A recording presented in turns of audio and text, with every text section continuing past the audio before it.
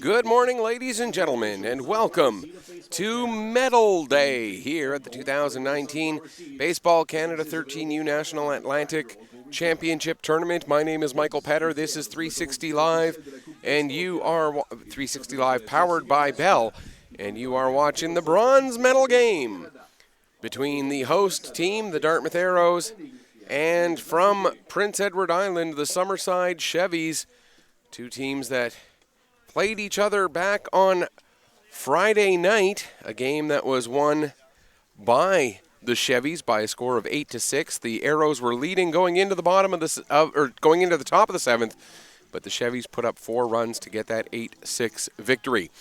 Both of these teams dropped very close, hard-fought semifinal games yesterday. The Chevys lost to the Yarmouth Gateways 7-4, while the Arrows fell to another Prince Edward Island team, the Capital District Islanders. So the Gateways and the Islanders, they'll be playing later this afternoon for gold.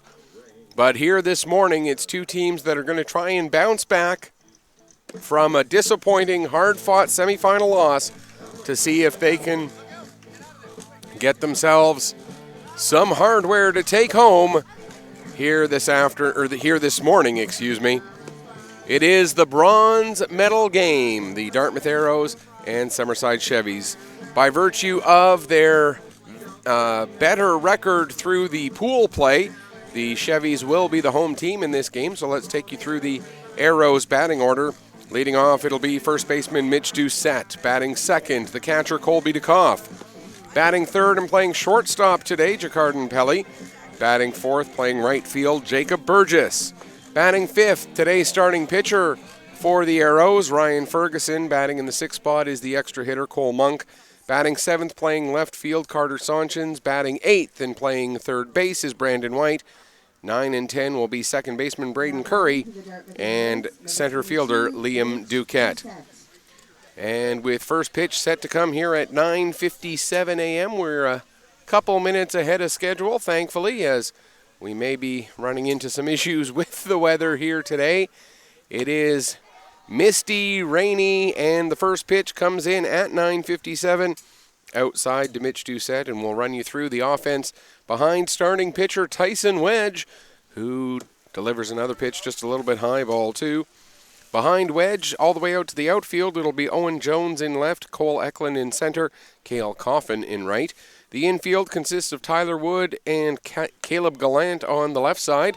Wood will play third, Gallant at short. There's a strike, and the count goes to 2-1. While the right side of the infield, Tucker McDonald, at second base. Seth Bulger over at first. That pitch misses low and inside, and it gets past George Gallant, but with nobody on base, it's no big deal. 3-1 the count. And again, as mentioned, Tyson Wedge getting the start on the mound. He started yesterday afternoon's semifinal game against Yarmouth. Had a bit of a struggle in the opening inning. He only threw the 30 pitches so that he would be available for today after that rough start. And he gives up a walk to the leadoff hitter, Mitch Doucette, here to get things going. And so the Arrows get their first base runner of the game. That'll bring up Colby DeKoff. The Arrows in their regular blue uniforms with the red script on the front, red numbers on the front and back. Chevys in their reds with the black pinstripe. Black script of the word Chevys across the front, outlined in white. White numbers outlined in black on the front and back. And the alternate Cincinnati Reds style ball cap, the black cap with the Cincinnati Red style C on the front. Pitch to DeKoff, misses, and the count 1-0. With Doucette over at first. Here comes the 1-0 pitch. Fouled off, and the count will be 1-1.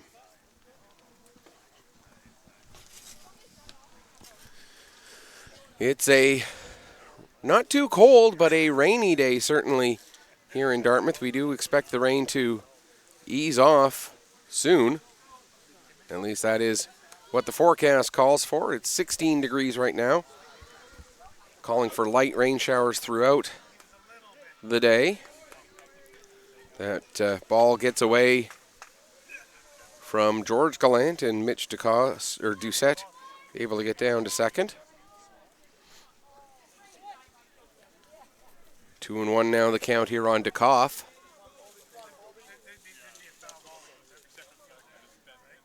That one bounces in, and Gallant does a good job keeping it in front of him, and the count goes to 3-1.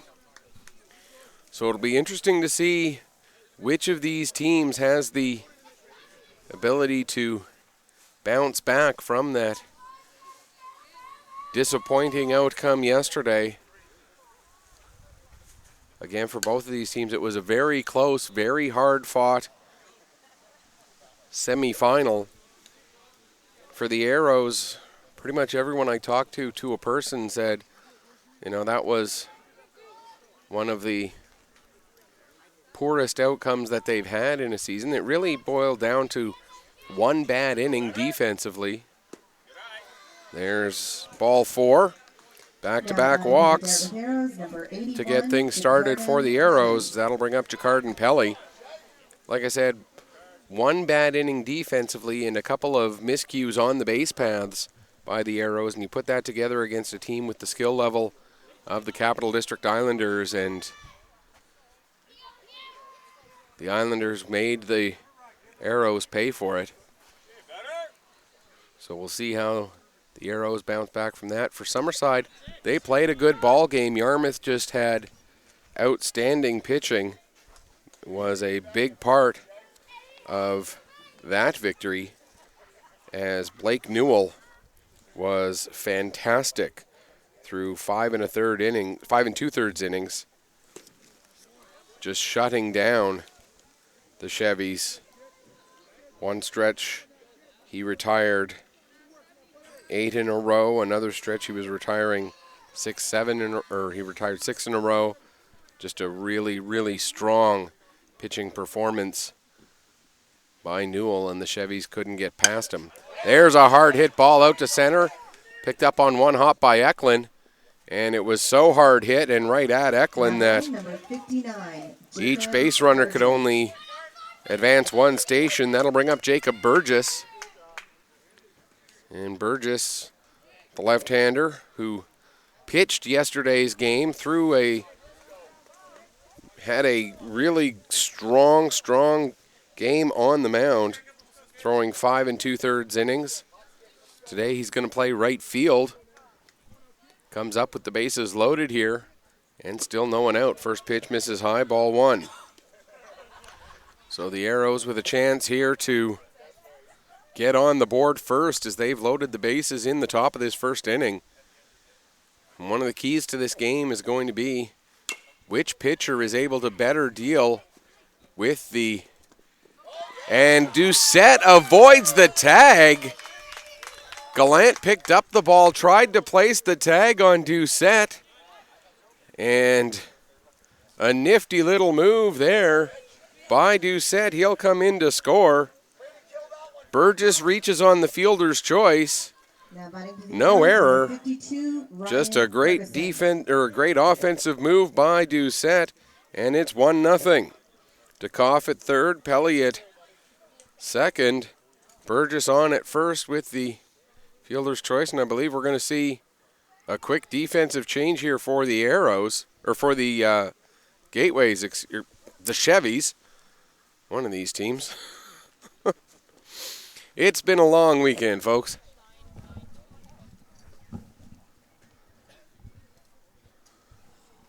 So a quick defensive change here for the Summerside Chevys. That's who's out there. And looking to see where that change has taken place. Don't see it as of yet.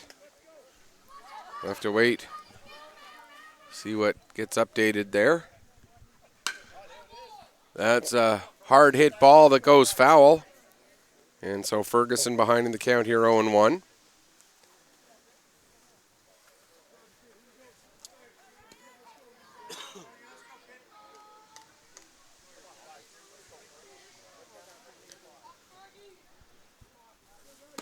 Swing and a miss there, and it's now 0-2. So the extra hitter, Brandon Smith, has come in to play right field, and the right fielder, Cale Coffin, has come out to become the extra hitter. He's going to go and warm up as Wedge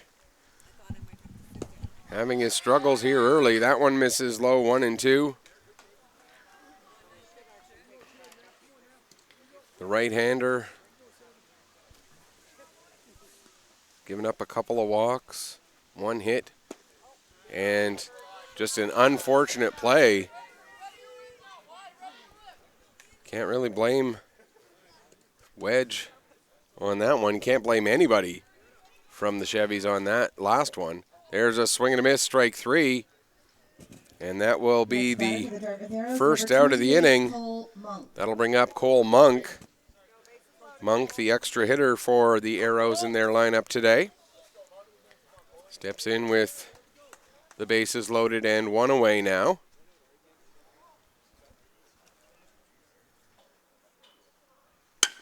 And there's a grounder, and that gets through Gallant. 1 run will score, 2 runs will score as Pelly comes in all the way from second. And Cole Monk will get at least 1 RBI, and depending on how that gets scored, it could be 2. The score now 3-0 for the Arrows as they continue to bat here in the top of the first inning. And Carter Sonchins, the left fielder, stepping in. They'll rule that as an E6, so just 1 RBI on that play for Monk. Pelly scores as a result of the error, as you can only assume 1 base moved forward on that play.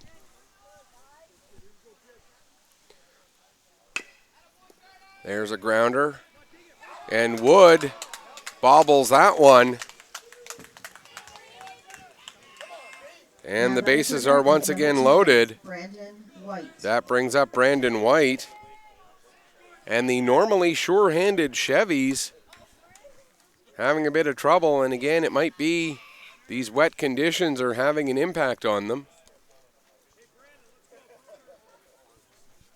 The field certainly much damper than it has been. They're going to call that an infield single.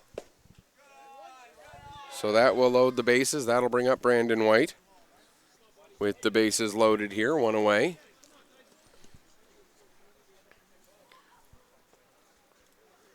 And here comes the pitch. There's a strike, and the count goes to 1-1.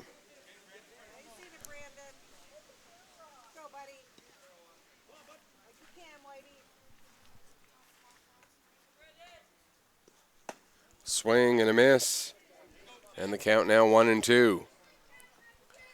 Of course, today being the final day of the tournament, there's no worry about keeping pitchers for tomorrow. That one fouled off, and the count remains 1-2. So there's not nearly as much strategy that goes into it at this point as to who you're going to put on the mound when. If Wedge is struggling, there's another one fouled off as we got a great battle here between White and Wedge.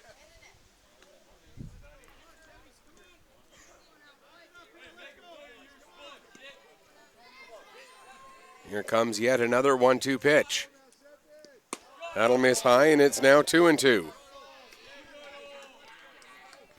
As White continues to battle here. But again, you look at the way things have gone for Wedge. That one misses high and inside, and that looked like that was a case of a ball slipping out of the hand. 2 walks. Okay, you can say Wedge was missing the zone.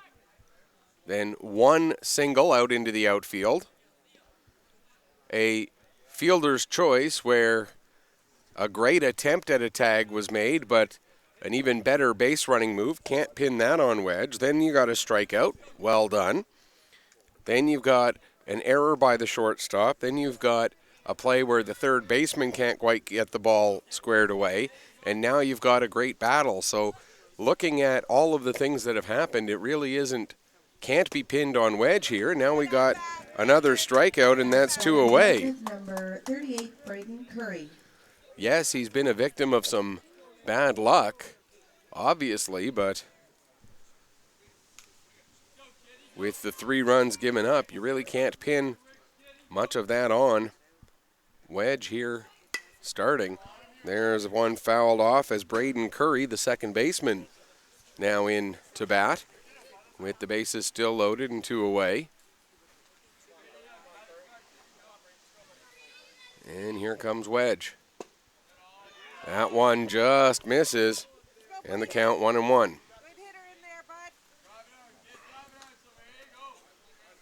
The Arrows. Second baseman takes high in the count now 2-1. Liam Duquette, the center fielder, in the on-deck circle. Here comes the 2-1 pitch. That'll miss just low, ball 3, 3-1. And even when Wedge is missing the zone, yes, a couple have slipped out of his hand and have gone astray, but other than that, he's not missing the zone by much. Curry gets a piece of that, and it count runs full. 3 balls, 2 strikes, 2 out. Everybody's going to be moving with the pitch.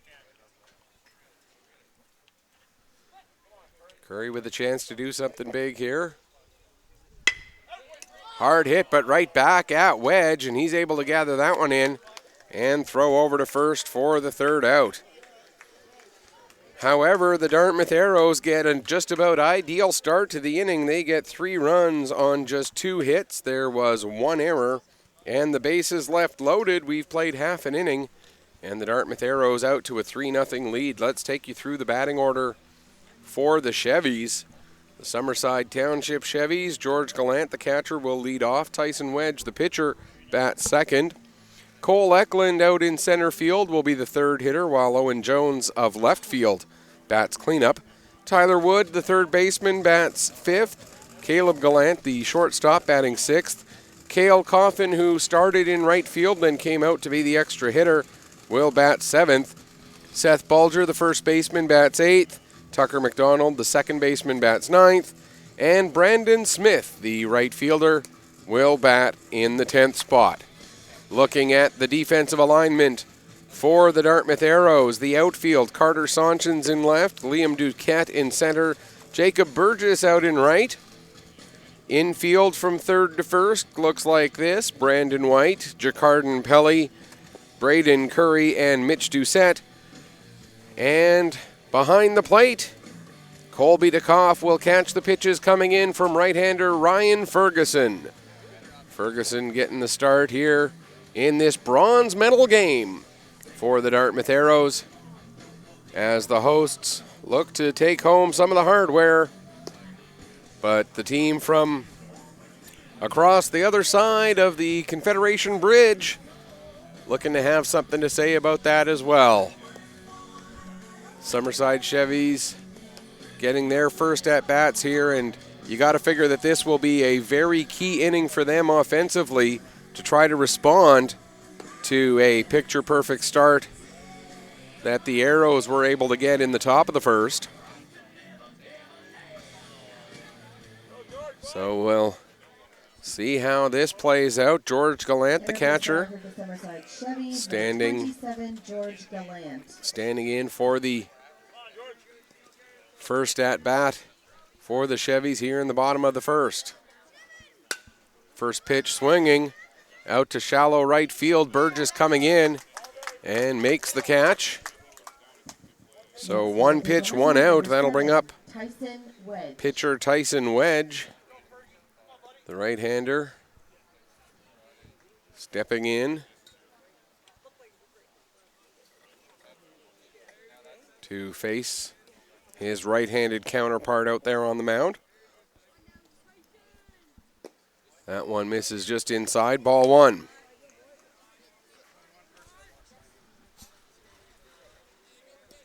Ferguson throwing from the full windup here with nobody on base.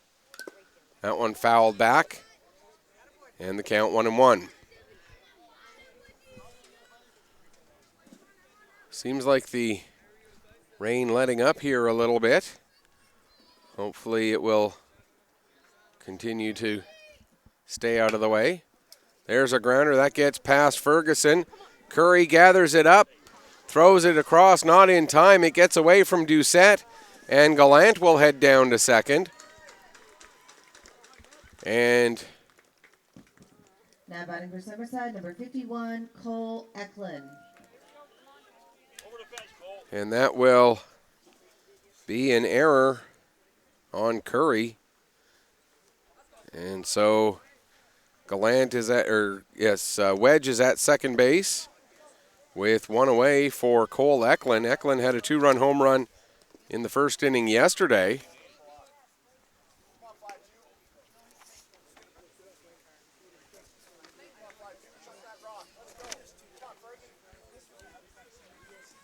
As the Chevys took on the Yarmouth Gateways.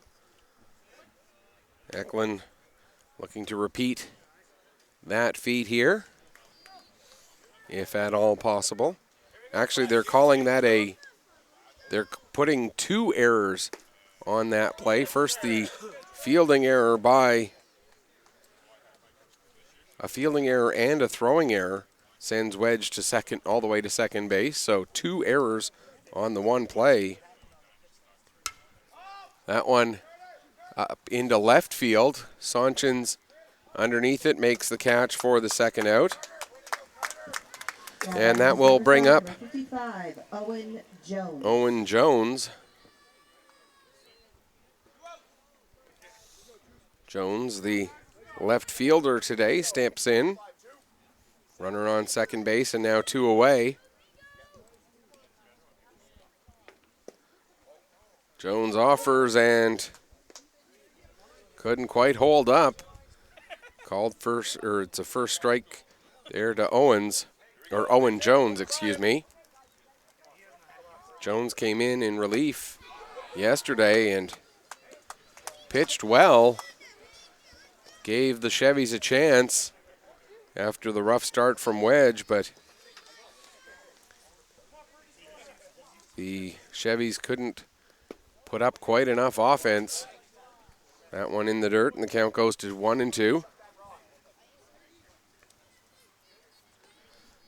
1 ball, 2 strikes here on Owen Jones with 2 away.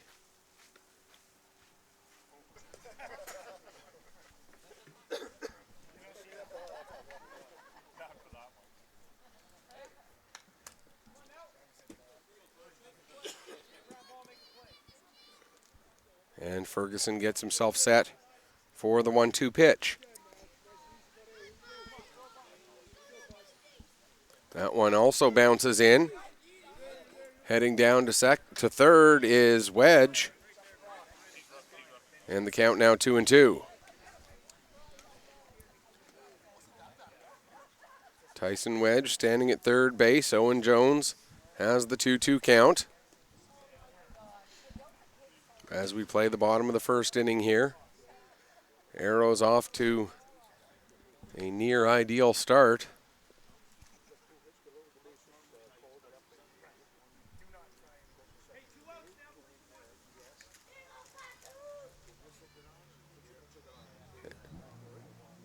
As we get ready to resume.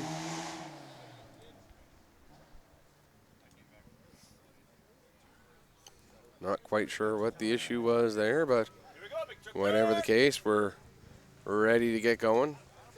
And there's a called third strike, and that will do it for the first inning. No runs, no hits, 2 errors on the same play lead to 1 runner left on base. We've played 1 complete inning, and the Dartmouth Arrows lead the Summerside Chevys by a score of 3-0. Due up in the top of the second, it will be Liam Duquette, then back around to the top of the order for Mitch Doucette and Colby DeKoff. And a quick reminder that these this broadcast can be interactive. Send me a message through Facebook or through Twitter to Petter Picto Sports, P-E-T-T-E-R, as in my name, Michael Petter. Pictou is in the county I live in, P-I-C-T-O-U, Sports, and look up that handle on either Facebook or Twitter and then send me a message. And if it's a question, I'll try to answer it. If it's a comment, I would reply. If you want to send a player a shout out, by all means do that as well. Let me know where you're tuning in from. And we'll try to make this interactive baseball. As I see, there is a message here from Sean Hines.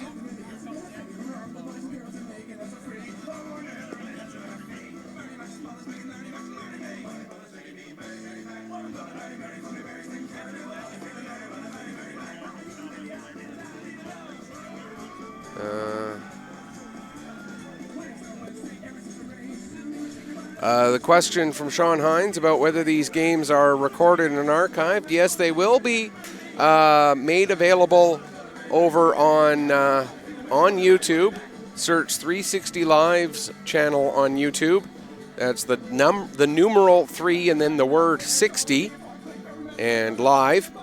And it'll take a few days for all of the games to get uploaded, certainly, but all of the games from this tournament will be uploaded and available through YouTube. So by all means, you'll get the chance to watch them again and again. Number 29, Liam Duquette. So Liam Duquette stands in here to lead off the top of the second with the Arrows already ahead, 3-0.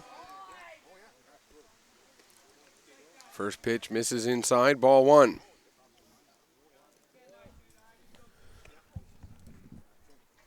Here comes the 1-0 as Wedge delivers a strike there, and the count now 1-1.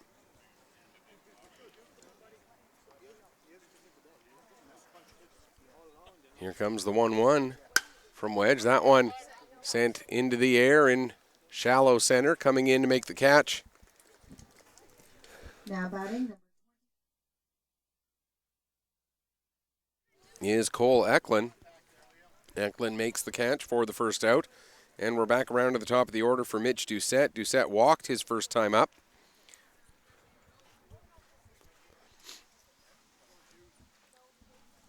Takes the first pitch inside, ball one. So Duquette flies out to shallow center, and now Doucette up to bat. That one catches the outside corner, and the count 1-1.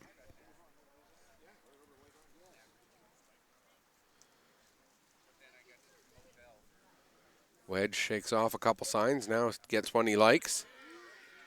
And the curveball misses just outside, 2-1.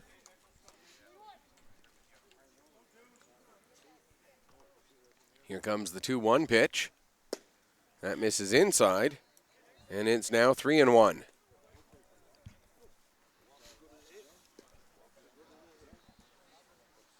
Wedge gets himself set, and here comes the pitch.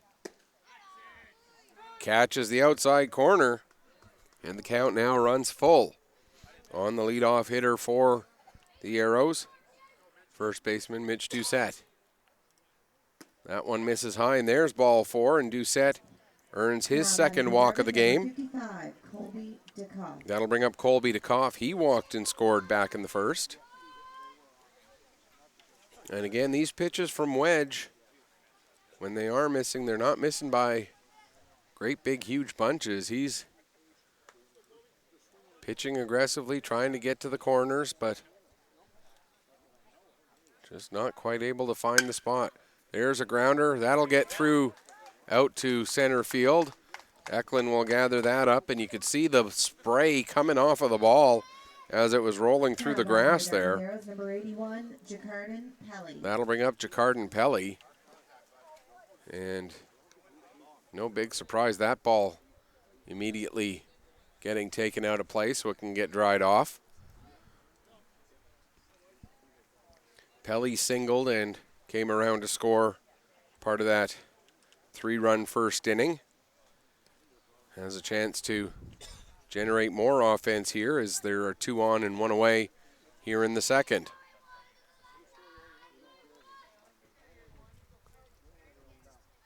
Here's the pitch. That'll miss down in the dirt. Gets away from Gallant, but not far enough. Now a throw down to first, and that will get out into the outfield. Doucette heads to third. He'll come around third and come in to score. So a 2-base throwing error brings in the 4th run of the game for the Arrows. Dukoff takes second on the error, and it's now 4-0. And again, that ball went rolling through the grass, so it's going to have to come out of play and get dried off. Meanwhile, Jacquardin Pelly is ahead in the count here, 1-0. Has another runner in scoring position.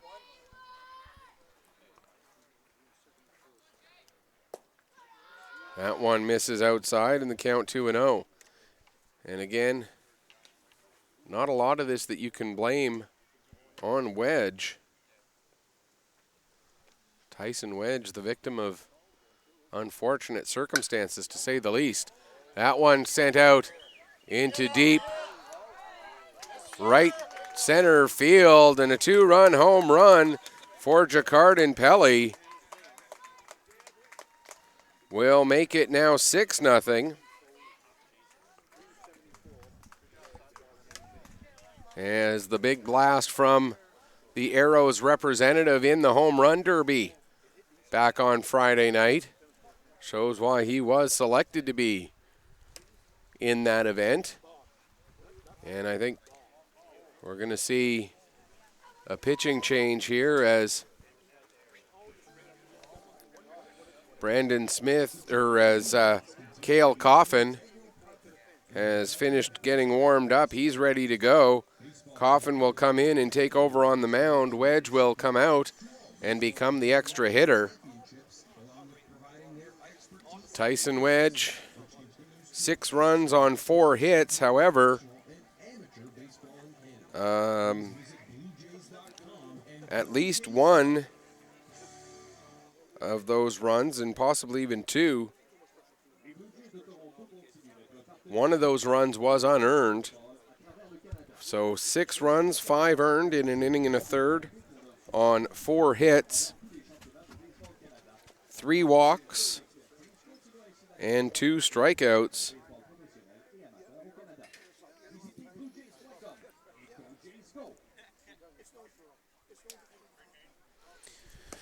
And Cale Coffin will step in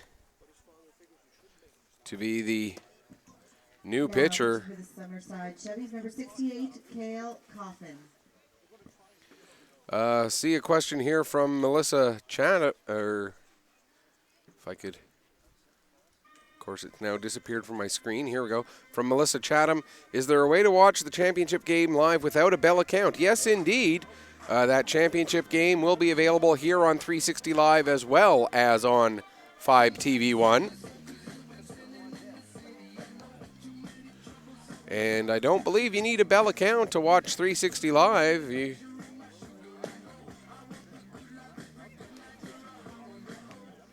So yes, indeed, you can watch that game on 360 Live. If you do have Bell, you can watch it on 5TV1. But if you don't have Bell, you can watch the game here on 360 Live. And thanks, Melissa, for the question.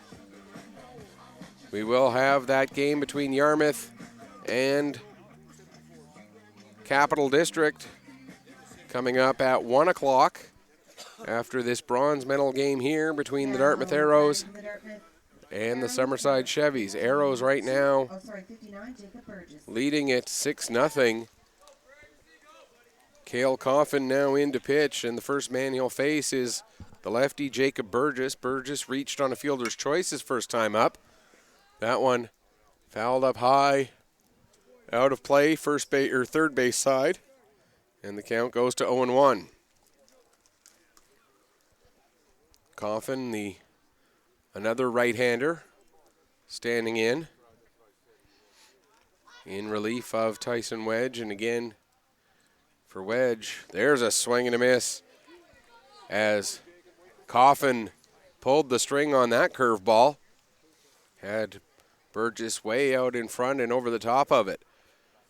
You look at for Wedge, yeah, he only had 2 balls hit into the outfield, or 3, excuse me. There's a grounder to short, throw across the diamond in time as Caleb Gallant able to get that throw on target. Ryan Ferguson. That'll bring up Ryan Ferguson. He struck out his first time up. You look at, again, coming back to Wedge, only 3 balls were hit into the outfield in the entire game. One of those out of the park for that 2-run home run. And yes, he also gave up 3 walks, but you look at the fact that there were a couple of key errors behind him and a couple of unfortunate bounces as well, and that one misses, and the count goes to 1-0 on 2-0 on Ferguson. So again, for Wedge, I mean, right now in the moment, probably not too happy, but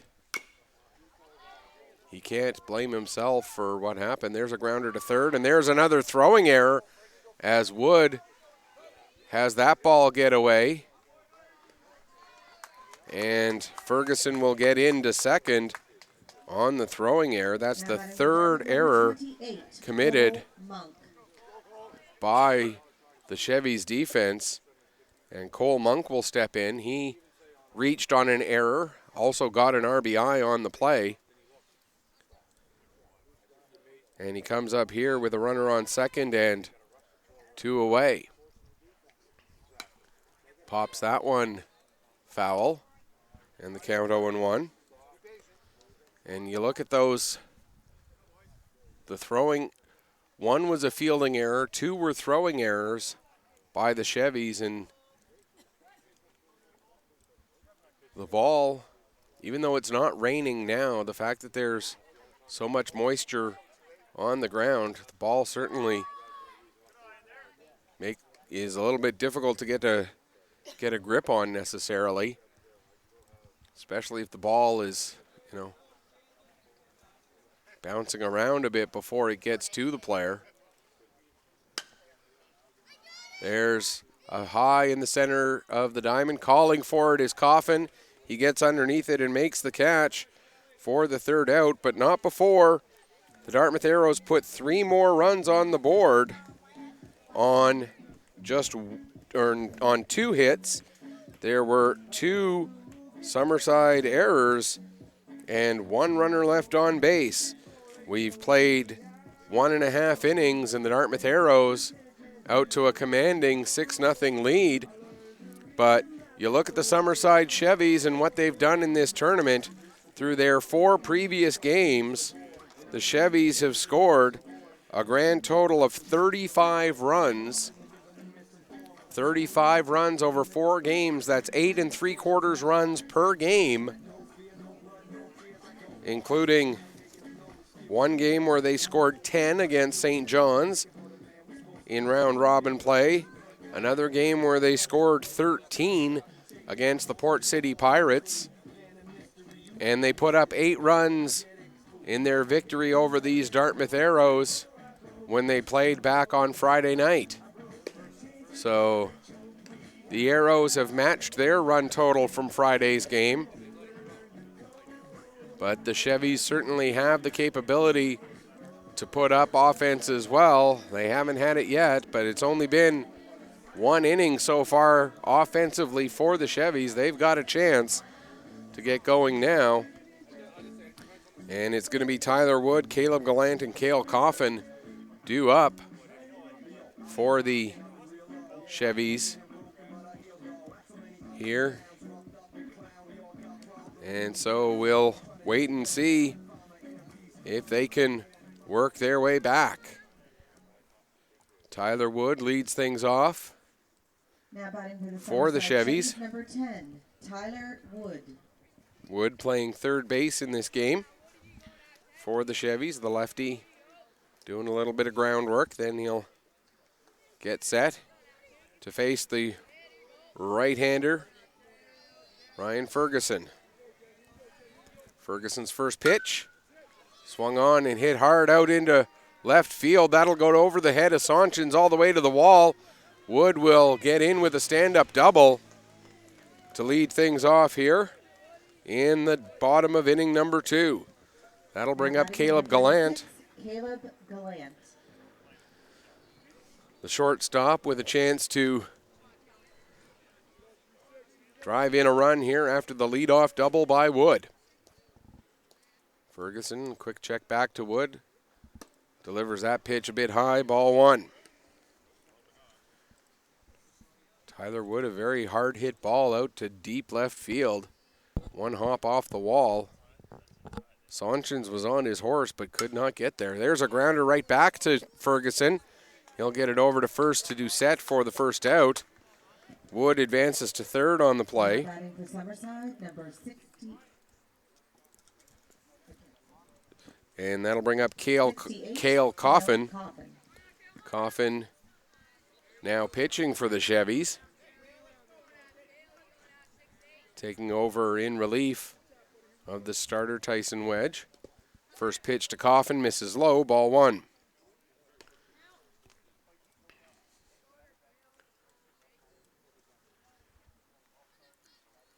The righty-righty matchup here as Ferguson delivers. That one misses high, ball 2. 2-0 the count here.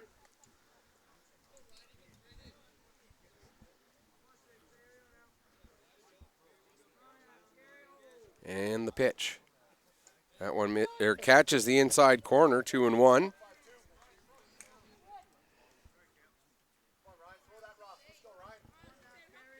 Ferguson gets himself set for the 2-1 pitch. That'll miss high, and the count now 3-1.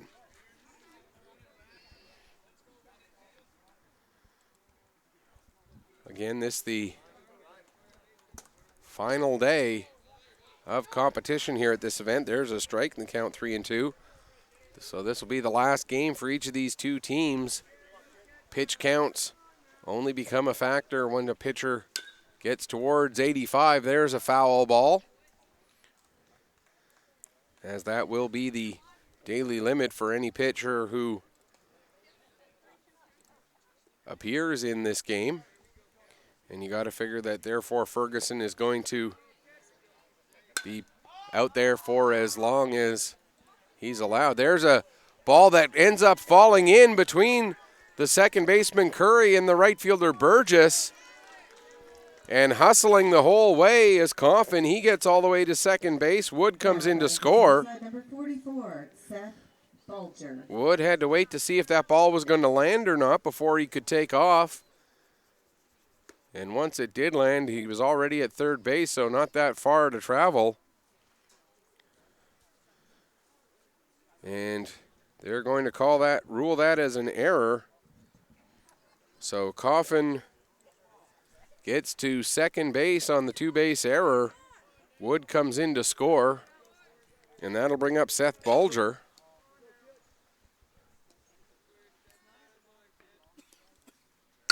Bulger gathered up by Pelly. His throw across the diamond for out number 2. Coffin takes third base on the play, but it's now 6-1, and that'll bring up Tucker McDonald. 35, Tucker McDonald. Not sure if you can award Coffin an RBI on that play or not.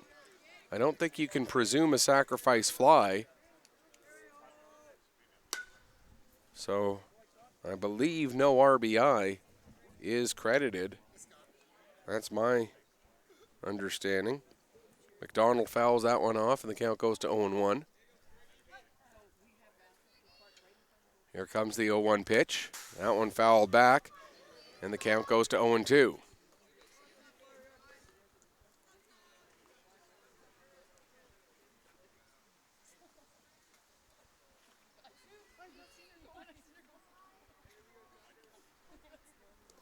That one bounces in. It'll get past the catcher, and in to score is Coffin. The count goes to 1-2, and the score goes to 2-1.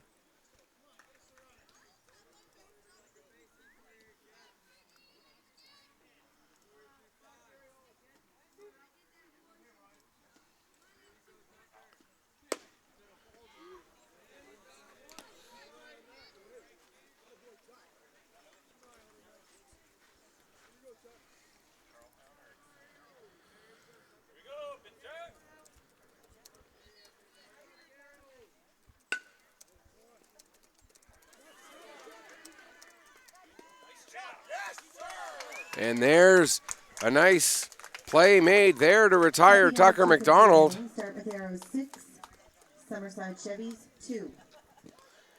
But the Chevys do get 2 on the board as they get 2 runs on just the 1 hit.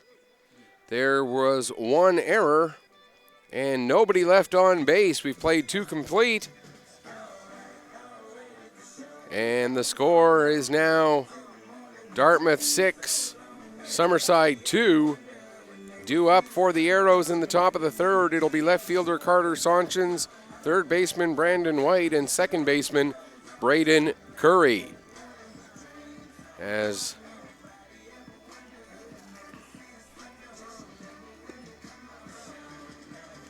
again, both games today, the bronze and gold medal games, should be available here on 360 Live.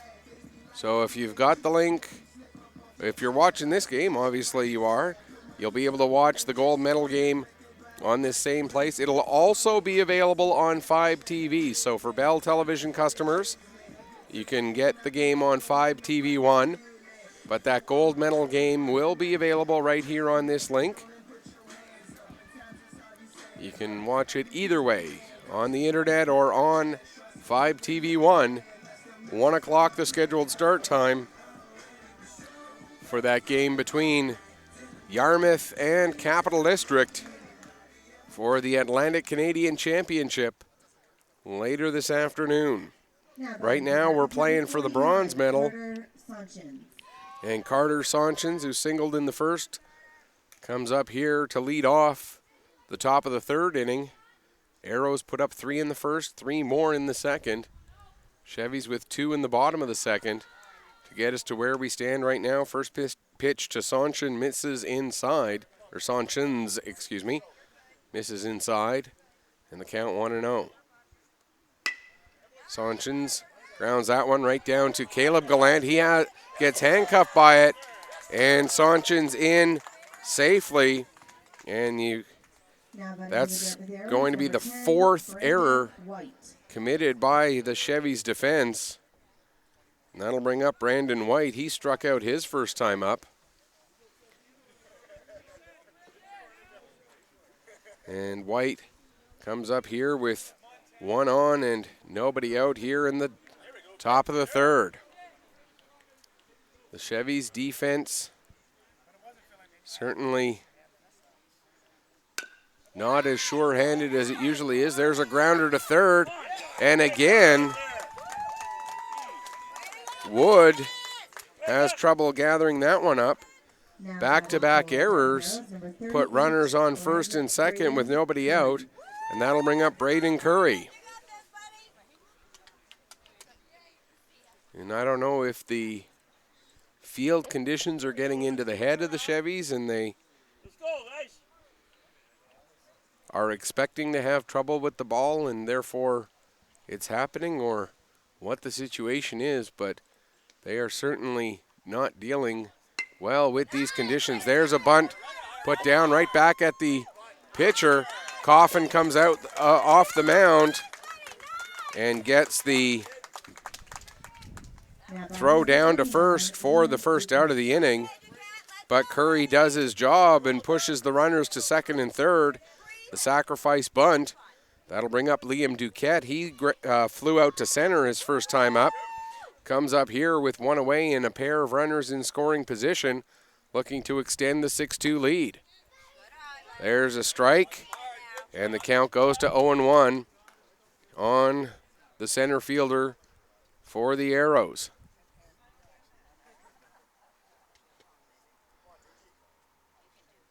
The pitch grounded to Wood. Wood gets the throw across, and it gets away from Bulger. 2 runs come in to score. One, Saunchins would have scored regardless. White comes in on the error, so Duquette will get 1 RBI, and that's the 6th error committed by the Chevys here in this game this morning. And we're back around to the top of the order. Mitch Doucette, he's walked twice, come around to score both times. And the score now 8-2. Throw over to first. Duquette gets back.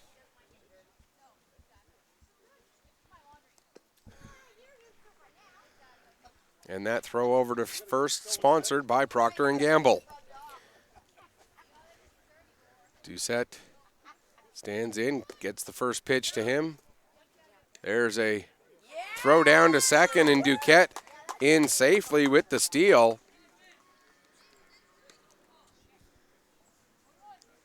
And the count, or the pitch called a strike, so it's 0-1 on the left-handed hitting first baseman for the Arrows.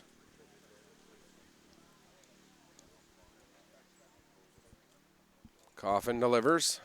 Swung on and foul tipped. And it goes to 0-2.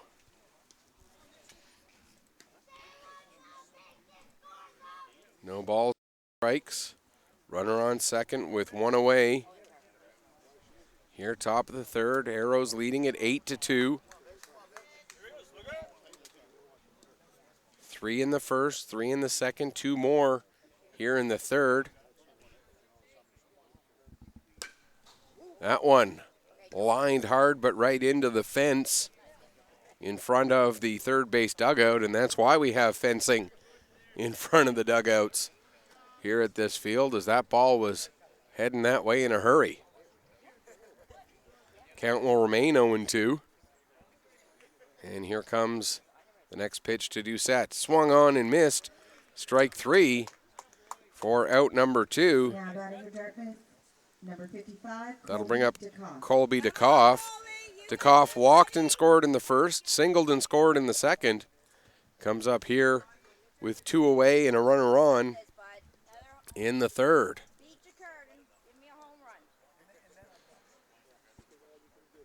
Here comes the first pitch to the Arrow catcher. Catches the outside corner at the bottom of the zone, and the count goes to 0-1. 6 Chevys errors, a big part of this game.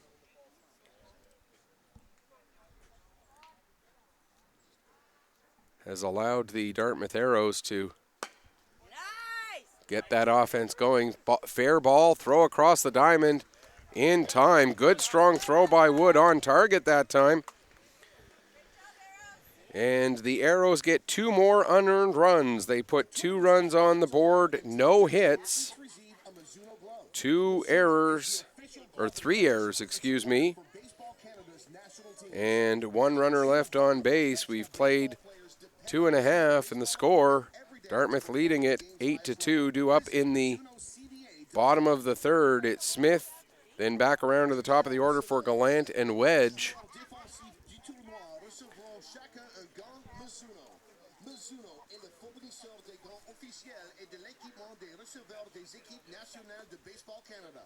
Plus de 200 joueurs de baseball professionnels dépendant de l'équipement produit par Mizuno afin de performer au niveau optimal sur une base quotidienne. Visitez MizunoCDR.com.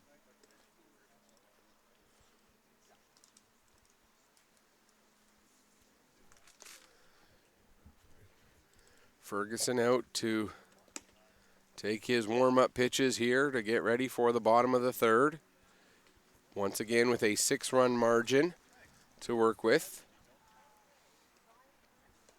If you're just tuning in, the Arrows put 3 up in the top of the first, 3 more in the top of the second. The Chevys responded with 2 of their own in the bottom of the second to make it 6-2, but then the Arrows got those 2 runs right back in the top of the third to get it to 8-2, which is where we stand. And the weather conditions, or the field conditions, certainly playing a part in this game, as we've seen 9 errors through the first 2.5 innings, 6 by the Chevys and 3 by the Dartmouth Arrows.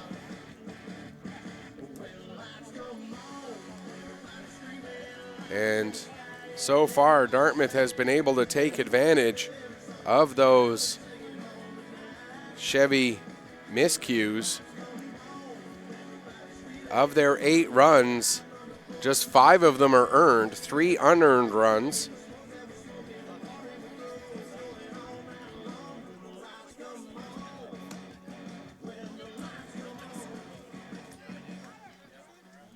And that really is the story of this game. 3 unearned runs so far for the Arrows.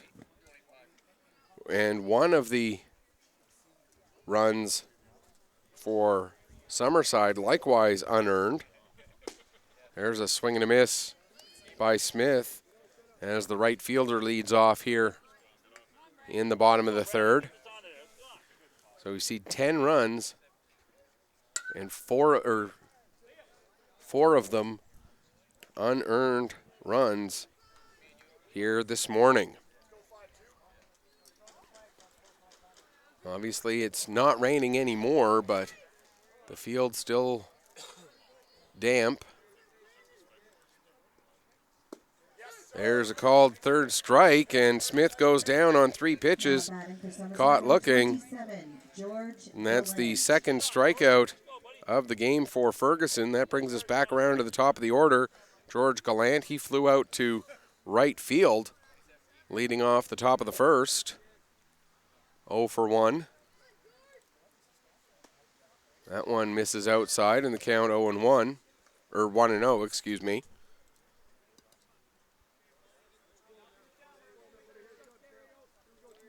Here comes that 1-0 pitch. That misses high, ball 2.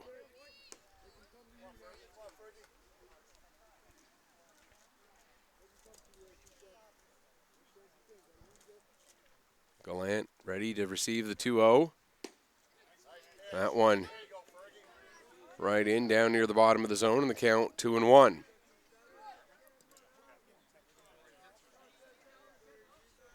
Here comes the 2-1. Grounded right at Curry at second base. Gathers it up over to first in time. 2 up, 2 down. That'll bring up extra hitter Tyson Wedge. Wedge reached on an error his first time up.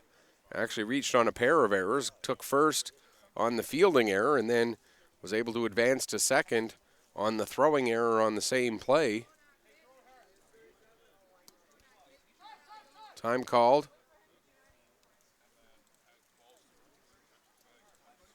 As Curry was still getting himself set when Ferguson started his windup. Now we're set. That one misses high, ball 1. Ferguson certainly doesn't waste a lot of time out there. He gets the ball and he's ready to go. There's a strike, and the count goes to 1-1. Not that Wedge wastes a lot of time getting ready, but Ferguson certainly is very quick. There's a looping curveball that comes in for a strike. Real nice break on that ball from Ferguson. And now here comes the 1-2. And a called strike 3. 2 Ks in that inning. Gives Ferguson 3 through 3 innings. A 1-2-3 inning there. No runs, no hits, no errors, nobody left on base. We've played 3 complete. The Dartmouth Arrows continuing to lead it here by a score of 8-2.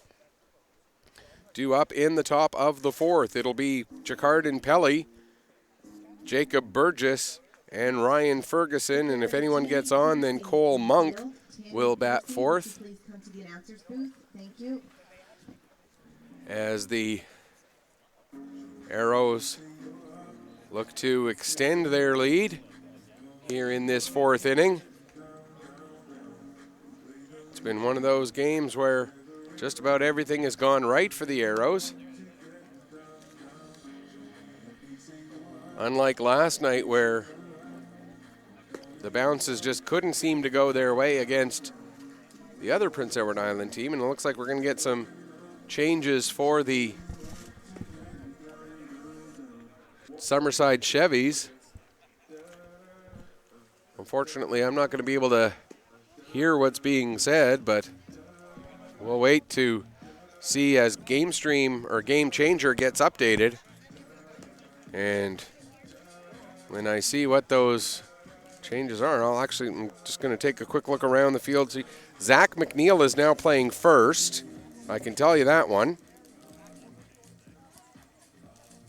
Zach McNeil is now at first. And as I look around the diamond, those outfielders are too far away for me to see their numbers clearly. But second base is now Grayson Arsenault. So we got two of the changes. So Grayson Arsenault now at second. Zach McNeil now at first. And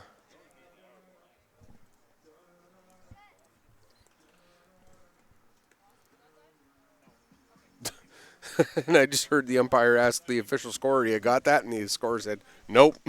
So we're going to... Okay. Shortstop is still Gallant.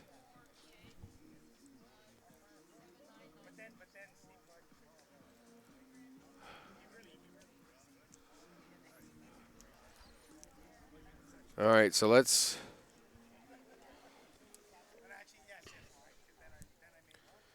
So I thought I heard something to the effect of McDonald becoming the EH. I'll have to wait and Now batting to the Dartmouth Arrows. see when they actually come around to bat. Jacquardin Pelly. So Jacquardin Pelly steps in. He's 2 for 2, a single and a run scored in the first, a 2-run home run in the second. Okay, Griffin Ryan is now in left field.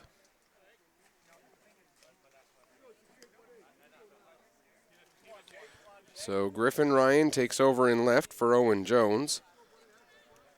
Arsenault at second. McNeil at first. And Cohen now playing third base, or Cohen Richard now playing third base. There's a strike. So we'll see how this impacts on the batting order for the Chevys as we go through the bottom of the fourth, but we'll run you through those defensive changes here in just a moment as that one fouled off and the count on Jacquardin Pelly goes to 2-2. So the outfield is now Griffin Ryan in left, Eklund still in center, and Brandon Smith still in right.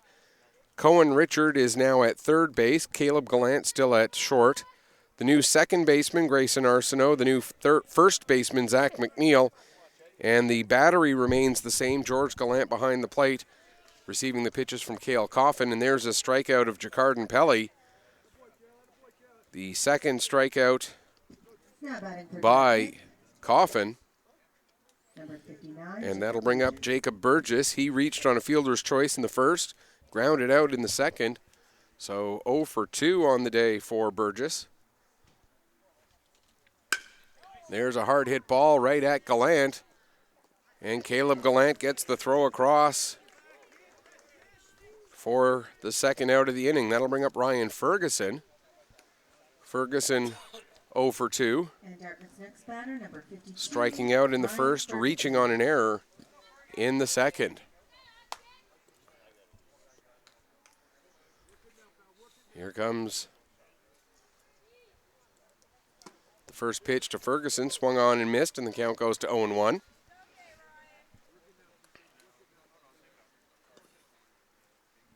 As Coffin gets set and delivers. There's a grounder to second. Gathered up by Arsenault. Over to McNeil, and a much better defensive inning for the Chevys. A 1-2-3 inning. No runs, no hits, no errors, nobody left on. We've played 4 complete. And the score, or we've played 3.5, excuse me.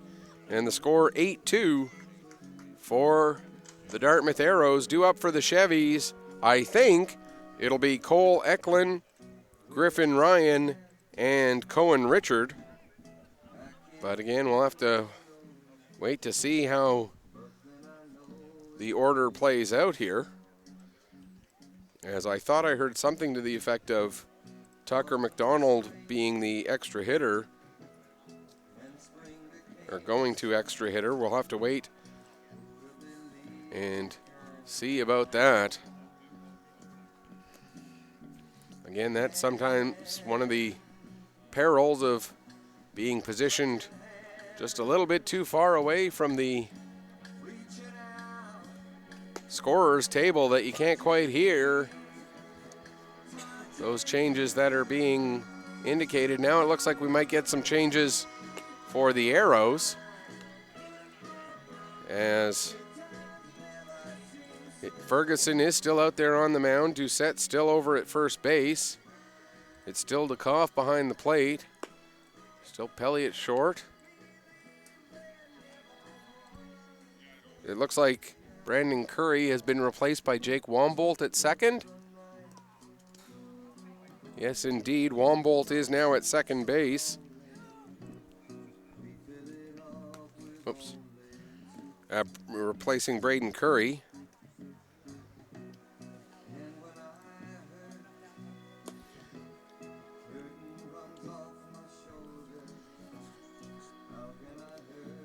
White still at third. The outfield, Burgess, Duquette, and now A.J. Rogers in left, replacing Carter Sanchez. So 2 defensive changes there for the Arrows. A.J. Rogers replaces Carter Sanchez, and Jake Wombolt replaces Braden Curry, excuse me. And Cole Eklund takes the first pitch ball, 1-0 the count. So both benches almost emptied. Eli James and Aiden Webb still available for the Arrows. There's a swing and a miss, and the count on Eklund goes to 1-1. All 4 Chevys players who started the game on the bench are now in the batting order. And it is indeed Griffin Ryan in the on-deck circle, so we got that one right. There's a strike, and the count goes to 1-2. 8 runs on 4 hits for Dartmouth, 2 runs on 1 hit for Summerside. There's a reach out, grounder down to Wombolt. He'll get it over to Doucette for the first out. And that'll bring up Griffin Ryan. Now batting for Summerside, number 39, Griffin Ryan. And Cohen Richard is indeed in the on-deck circle, so we got that part of the batting order right at least. We'll just wait to see how the rest of it plays out here. Ryan stepping in for his. That's happened to me a couple times where I tried to say his first, and the words just blend together into her, and I don't mean anything by it. I want to make that perfectly clear. My brain moving too fast, I'm thinking his first, and it comes out her. So Ryan getting his first at-bat as he came in the top of the 4th, as did Cohen Richard in the top of the 4th. The count on Griffin Ryan, now 1-2. That misses outside, and it's 2-2.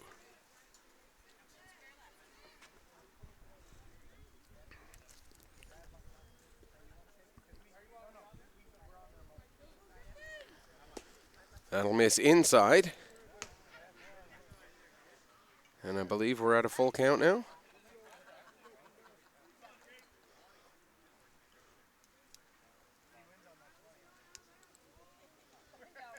That one misses low, and now we're at a full count. So I had an extra pitch in there somewhere. Now we're at a full count of 3-2 on Ryan. Again, his first plate appearance of the game today. Coming in for Owen Jones. Grounder to second. Wombolt gets handcuffed by that one. And I believe we're going to see another error called there. That'll be the fourth error of the game committed by the Arrows. And that'll bring up Cohen Richard for his first at-bat. As we take a look and see that the official scorer does indeed call that an error on Wombolt. And so the fourth error committed by the Arrows here this morning. There's a strike on Richard, and the count 0-1. Caleb Gallant, the shortstop, in the on-deck circle. That one misses low. The curveball ends up breaking out of the zone low, and the count 1-1.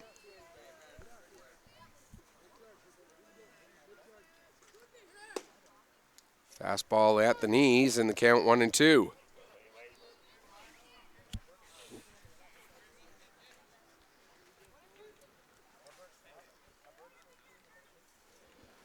Bronze medal matchup here this morning at the beautiful Greeno Field. I got to say, even with and a balk has been called. And so Griffin Ryan will head down to second base.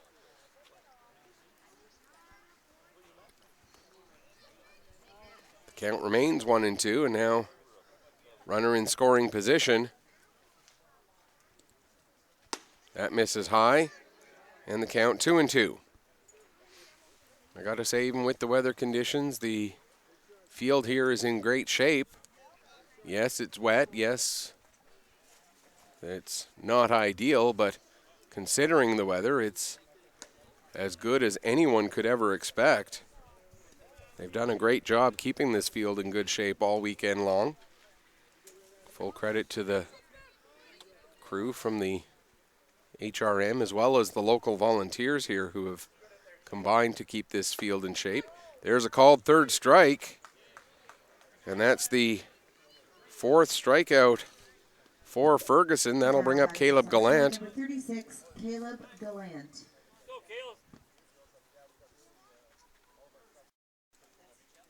Time gets called as, a ball from, looks like it's the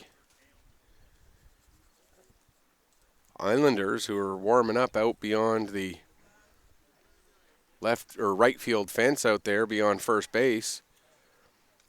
Had a ball end up coming into the field, so that gets cleared away and Gallant steps in. He's 0 for 1. That misses high, ball 1.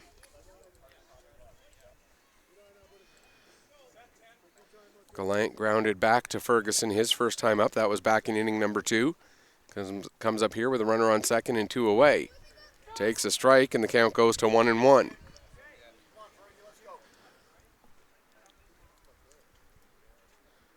Griffin Ryan at second base after reaching on the error.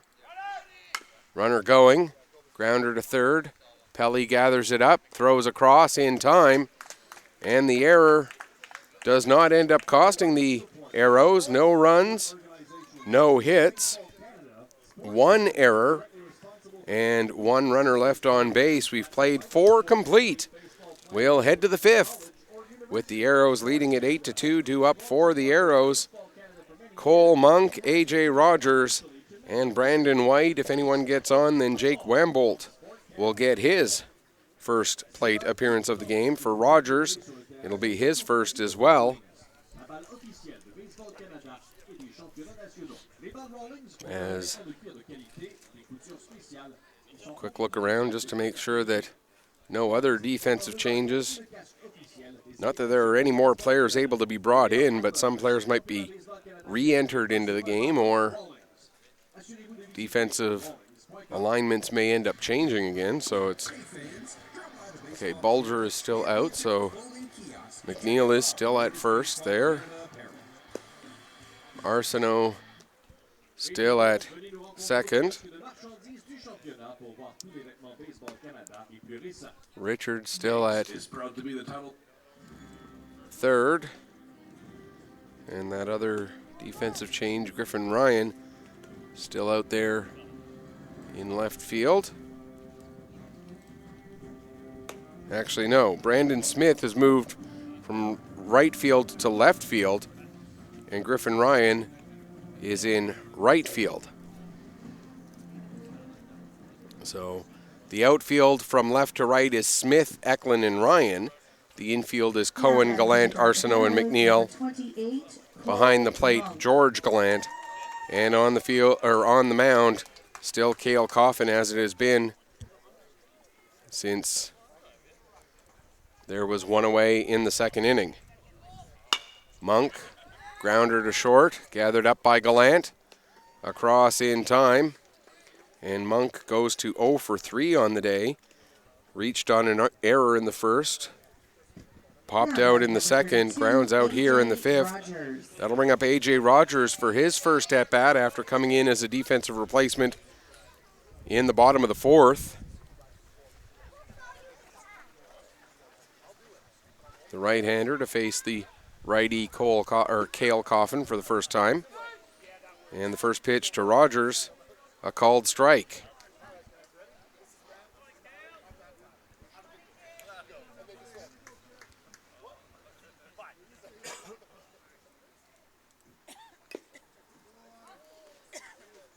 That one fouled off, and the count 0-2.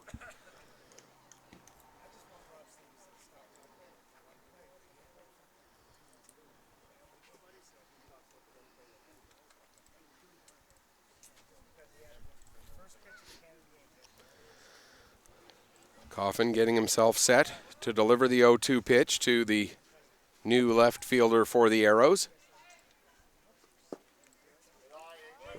Rogers thought about swinging but held up. And the count goes to 1-2. They appealed down to the first base umpire to get confirmation that indeed he did hold. And we got that confirmation. But there's a called third strike. Third strikeout for Coffin. That'll bring up Brandon White. Number 10, Brandon White. White struck out in the first. Reached on an error in the third and came around to score. So 0 for 2 on the day today with the run scored. One of those 4 out of the 10 runs that have been scored between the two teams that has been unearned. There's a comebacker right at Coffin. Has to throw over to first from his backside, but he's able to do it. And it's a quick 1-2-3 inning for Coffin. Needed just 6 pitches to get through that fifth. No runs, no hits, no errors, nobody left on. We'll head to the bottom of the fifth. And the Chevys still down by 6, but Cale Coffin keeping them in it, giving them a chance to try and claw their way back in, and it'll be Coffin who will hit leadoff in the bottom of the fifth. He'll be followed by Zach McNeil and Grayson Arsenault, I believe. I have to wait and get confirmation of that as the inning goes on. I thought I heard something about McDonald staying as the extra hitter, which would mean that Wedge would be the one who came out of the game with all those changes in the top of the fourth. We'll wait and see. Again, that is the peril of having the broadcast position just far enough away from the scorer's table that you can't quite hear what goes on. Ryan Ferguson continues to work for the Arrows. 4 innings so far, giving up 2 runs on just the 1 hit. And of the 2 runs, just 1 of them was earned. Actually, Yes, one of them was earned, as the run would have scored anyway. Yep.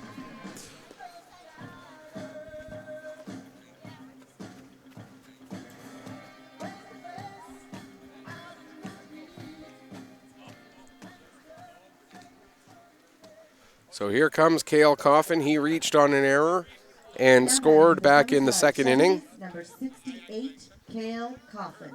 So Coffin 0 for 1 with a run scored as he comes to bat here in the bottom of inning number 5. That misses low, ball 1. And I got to say, even with 10 runs and 10 errors so far in this game, we're moving at a pretty good clip. We've only been going for an hour and 19 minutes. And we're into the bottom of the 5th, so a good pace to this game. 2-0 the count now on Coffin. Sometimes you see a game where there's been 10 errors and there's been 10 runs, and you could be looking at the 2-hour mark before you get to the 5th.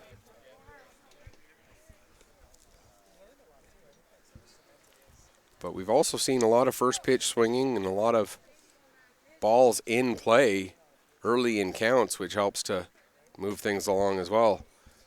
There's a strike, and the count goes to 3-1 as Coffin expected that to be ball 4, but when you're the opposing pitcher, you want that strike when you're on the mound, so you have to take it when you're at the plate. There's a walk to Coffin to start off the inning, and that will bring up Zach McNeil for his first plate appearance. McNeil steps in with 1 on and 1 out, and Tucker McDonald is in the on-deck circle, so he did stay in the game as the extra hitter. That means Tyson Wedge comes out, and Grayson Arsenault goes into that spot in the batting order. Runner going on the first pitch, and getting in safely is Coffin.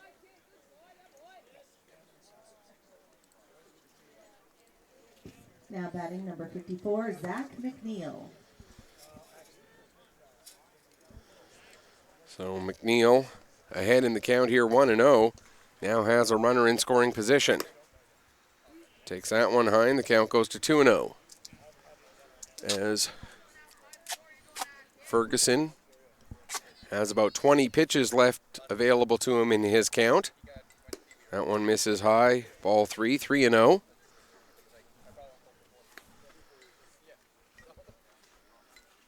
So theoretically, the way Ferguson has been throwing, he should be able to get through this 5th inning. May even be able to face a batter or 2 in the 6th, but there's a walk to McNeil, and that puts 2 on with nobody out, and Tucker McDonald, the now extra hitter, who started the game at second base. Tucker McDonald. But before we get to McDonald's at bat, we're going to get a meeting at the mound here with Ferguson. He is getting close to 70 pitches, which fatigue could be starting to set in a little bit. Again, the maximum pitch count at this level, 85 pitches. And of course, once you hit pitch 85, you're allowed to finish that at bat. But we're not going to see Ferguson get to 85 as a pitching change is going to be made. Ferguson will come out, and coming in, it looks like it's going to be Aiden Webb who comes into the game to take over for Ryan Ferguson. So Aiden Webb will take over on the mound. Ferguson comes out. Webb comes in. The final line, well, the almost final line on Ferguson. He gave up 2 runs, 1 earned on 1 hit. 2 walks, the 2 batters who reached here in the 5th inning, and he remains responsible for those 2 batters. And Ferguson does stand to be the winning pitcher if the current score line holds. So again, 4+ innings with those 2 runs, 1 earned, 1 hit, 2 walks, 4 strikeouts. Pretty decent pitching line for Ryan Ferguson here this morning, as he hands the ball over to right-hander Aiden Webb, who will try and finish this game out for the Arrows. Webb will be called upon to deliver 3 innings to try and, it won't be an official save, but certainly in spirit save this game and save the bronze medal for Dartmouth. Reminder, we've got 1 more game left to go after this one. It'll be for all the marbles. The championship game, gold medal on the line between the Yarmouth Gateways and the Capital District Islanders, coming up at 1 o'clock. And again, that game will be available here on 360 Live, powered by Bell. It's also going to be available on 5TV1.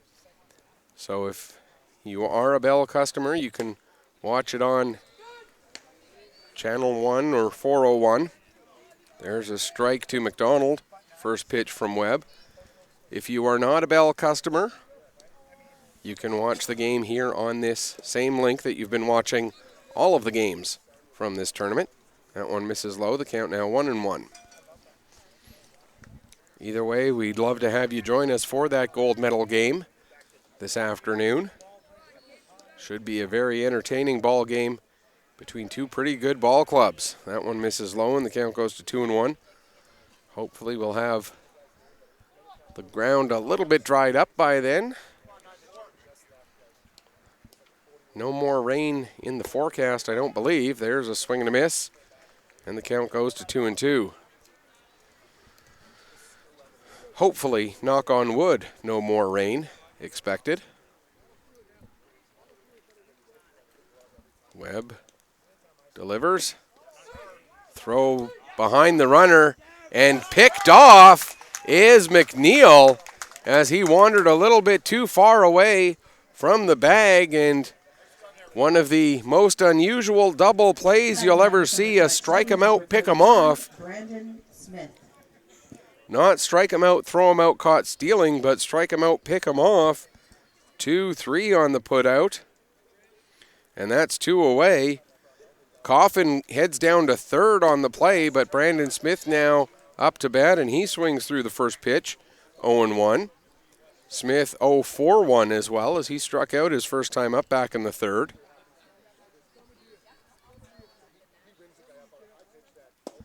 That one catches the bottom of the zone, and the count goes to 0-2.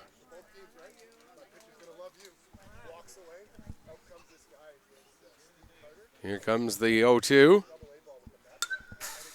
Fouled back, and it remains 0-2.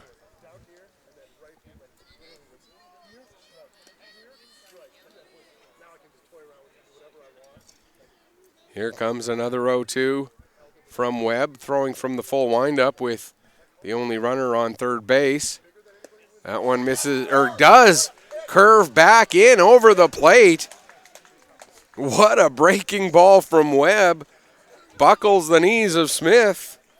And that will do it for the 5th inning. No runs, no hits, no errors. 1 runner left on base. 2 had reached, but only 1 stays there after the pickoff. And we'll head to the top of the 6th. The Arrows getting closer to a potential bronze medal. They lead it 8-2, due up in the 6th. It'll be Jake Wombolt, Liam Duquette, and then back around to the top of the order for Midge Doucette, as Coffin gets ready to continue his effort. Cale Coffin has thrown 4 innings after coming in with, He's thrown 3 2/3 innings after coming in with 1 out in the second. And he's done that 3 2/3 innings on just 35 pitches. Incredible efficiency. The 5th inning, where he threw just 6 pitches, certainly a help. The 4th inning, he threw just 8 pitches. So you put the last 2 innings together, and he's thrown 14 pitches in 2 innings. And after a couple of errors in the 3rd inning from the defense behind him, Coffin has retired 8 in a row, doing what he's had to do to try and keep his team in this ball game.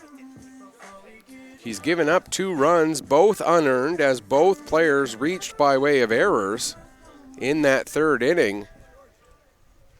And really not much of anything since. Arrows, number 15, Jake Wombold. Here comes Jake Wombold for his first at-bat after coming in as a defensive replacement in the 4th. Wombold first pitch swinging, and Smith, it wasn't pretty, but he makes the catch, broke in on the ball, and then realized he had to reach up, way up in order to make the catch. That'll bring up Liam Duquette.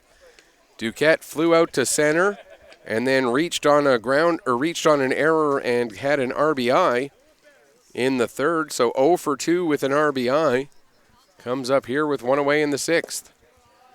That one misses low, and the count goes to 0-1. 9 in a row now retired by Coffin. And there's a shot right at Gallant, and couldn't catch the ball on the line drive, and then by the time he was able to get it gathered up, Duquette was safe at first. And that'll bring up Mitch Doucette.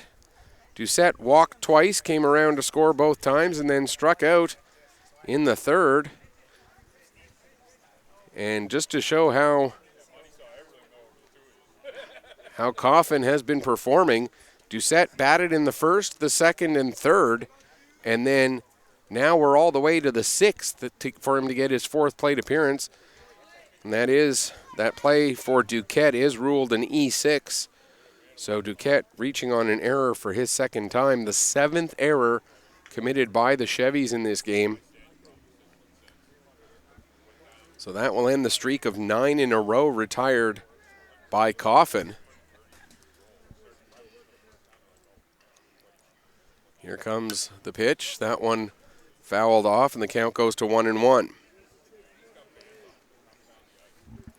Of course, 10 batters in the order with the use of the extra hitter at this level. And through that 3rd time through the order, Coffin struck out 3, got 4 groundouts, a flyout, and then a batter reaching on an error. Runner going on that last pitch, and Duquette gets in safely with the steal. The count on Doucette goes to 1-2. That's just a spectacular trip through the order for Coffin. 3 Ks, 4 groundouts. 5 groundouts, excuse me. A fly out to left field, and then what could have been a line out if Gallant had been able to catch that ball cleanly, but Caleb Gallant just handcuffed by it just that little bit.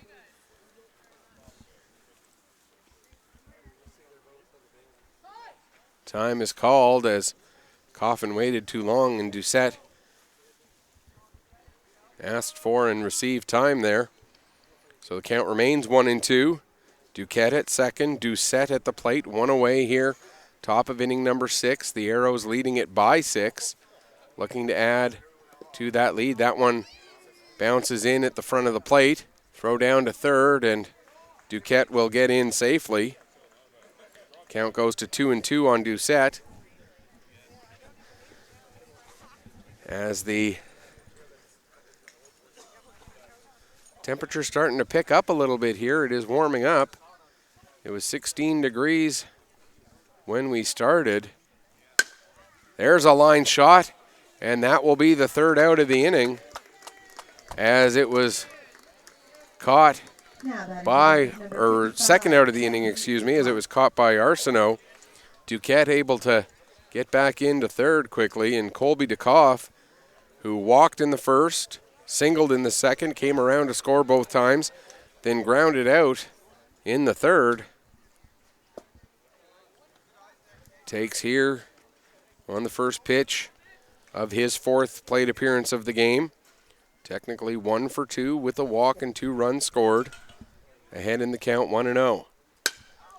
Sends that one high and deep to right field. Going back. It'll be off the wall as it gets over the head of Ryan. And in safely with the double is DeKoff. And that will drive home Duquette and make it 9-2. Now batting to the Dartmouth Arrows, number 81, Jacardin Pelly. That'll bring up Jacardin Pelly. He singled and scored in the first, a 2-run home run in the second, and struck out in the fourth. So 2 for 3 with 2 RBI and 2 runs scored on the game. Pelly again was the Arrows participant in the Home Run Derby back on Friday night. One of only 3 players in that derby to hit a home run in less than ideal conditions. It was a cold, clear night. Heavy air with it being so cold. The ball not carrying very well. And we certainly saw the impact of that, as there's a called strike on Pelly, as just 3 of the 8 hitters were able to get home runs. We saw during the day yesterday what the warmer air could do, as we saw several home runs. One by DeKoff. There's a swing and a miss, and the count 0-2. We saw a home run from DeKoff. We saw a couple of home runs in the game between Yarmouth and Summerside, including Cole Eklund getting 2, a 2-run home run and a solo shot. There's a ball pulled foul by Pelly.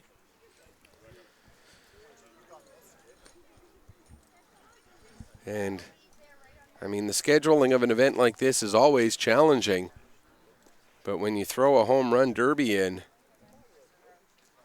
hindsight being 20/20, perhaps moving things around a little bit so that the home run can be during the day when the air is a little bit lighter and the ball is able to carry a little bit more, especially when you're talking about mid-September weather here in Nova Scotia. There's a swing and a miss. The ball is into the dirt. So Pelly heads down to third, or to first, and gets thrown out there. But the Arrows put another one on the board. They get 1 run on 1 hit. There was 1 error and 1 runner left on base.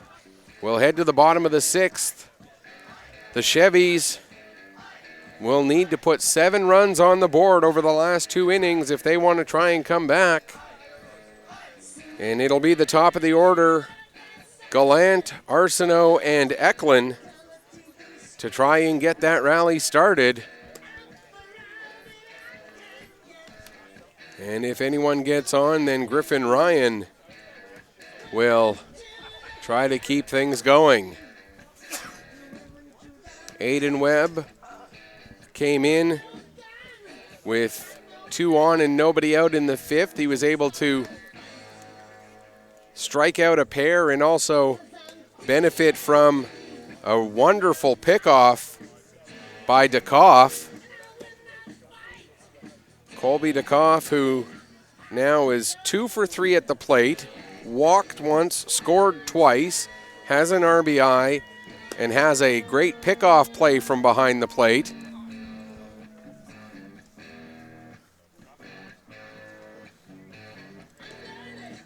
So Webb was the beneficiary of that back in the bottom of the 5th, and now Webb gets to start fresh with the bases empty here in the 6th, facing the top of the order.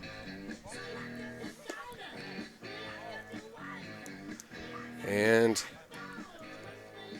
George Gallant, who is 0 for 2, flew out to right in the first, grounded out to second in the third. Now batting for the Summerside Chevys, number 27. Comes up here leading off the bottom of the sixth. 9 runs on 5 hits for Dartmouth. They've also benefited from 7 Summerside errors. 2 runs on 1 hit for the Chevys. And they've benefited from 4 Dartmouth errors. Gallant takes a strike and the count 0-1. So again, it's 9-5-4 for Dartmouth, 2-1-7 for Summerside. That one will get through for the second hit of the game for the Chevys as a leadoff single for Gallant will get things started. That'll bring up Grayson Arsenault, his first plate appearance after coming in the top of the 4th inning. Now batting for Summerside, number 21, Grayson Arsenault. So Arsenault stands in here with 1 on and nobody out. Runner going, throw down to second. Is there in time. The tag is applied. And Gallant caught stealing. That's the second defensive assist from behind the plate for DeKoff in this game. And now there's 1 away, and the count 0-1 on Arsenault. There's a strike at the knees, and the count 0-2. And I talked about it a few times throughout the course of this tournament, how difficult those throws from the behind the plate are. And Colby DeKoff, he's been delivering. There's a squib back to the mound. Webb will just flip it over easily to Doucette for the second out. And an unorthodox way to get 2 up, 2 down, a single and a caught stolen, and then a ground out. That'll bring up Cole Eklund. Number 51, Cole Eklund. Eklund flew out in the first, grounded out in the 4th. And he's going to need to get on base to try and get a rally going here with 2 away for the Chevys if they want to try and climb back into this one. That one misses low, ball 1. 4 outs left to work with for the Chevys to try and come back from this deficit. 4 outs left to get for the Arrows before they can be named Atlantic bronze medalists. That one fouled back, and the count goes to 1-1. We've seen the Chevys put up some big innings in this tournament. They're going to need one here, or split it up over 2. They're going to need a big 2-out rally here to try and manage the task. Another nice breaking ball from Webb, and Webb has had that curve under control here in this game. Here comes the 1-2 now. That one fouled back. It'll remain 1-2.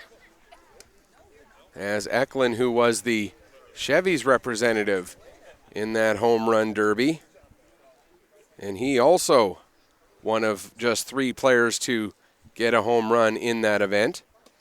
Way ahead of that one, and that is out number 3. No runs, 1 hit, no errors, nobody left on base. We'll head to the 7th. The Arrows After 6 complete innings of play, leading it by 7. Summerside Chevys 2. And it'll be Jacob Burgess, Aiden Webb, and Cole Monk due up for the Arrows to see if they can extend this lead a little bit further. I know we've got 1 inning left, and it's not my decision to make, but I'll tell you right now who my choices would be for player of the game. And of course, things could change, and another thing to take into consideration is if a player has been given player of the game once already, you don't want to necessarily give it to the same guy twice. But I would certainly look at the pitching performance of Coffin as something to put into consideration, as Coffin has done a great job after coming in. Yes, he's given up 3 runs, but all 3 of his runs that he's given up were unearned. And for the Arrows, I look at not only the offensive contribution of Colby DeKoff. Yes, Jacardan Pelly with the big 2-run home run, but Colby DeKoff, he's gone 2 for 3. He's got an RBI, he's got a couple of runs scored, and 2 big defensive plays from behind the plate, as well as just catching a great game overall. There's Jacob Burgess taking a first pitch strike. And in my mind, DeKoff worthy of some serious consideration. 1 more inning left to go unless Summerside can make a huge comeback here to try and force extras. There's a swing and a miss, and the count now 1-2 on Burgess. Here comes the 1-2. That'll miss low, and the count 2-2.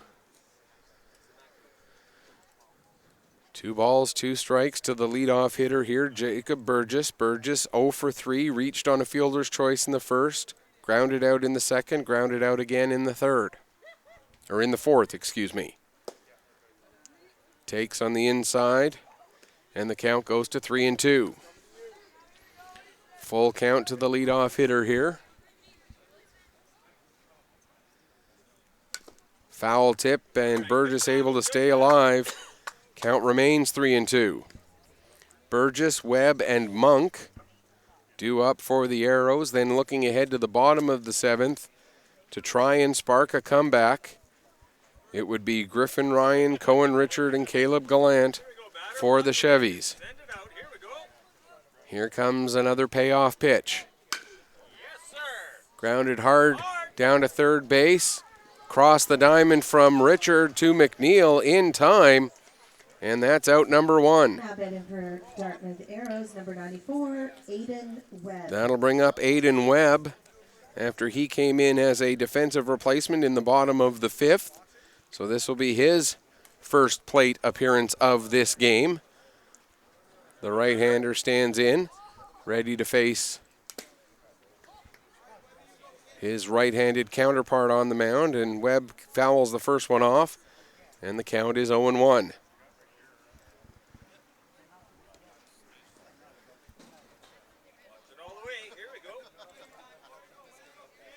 Coffin shakes off the first sign, takes the second one, and delivers a curve ball on the inside corner.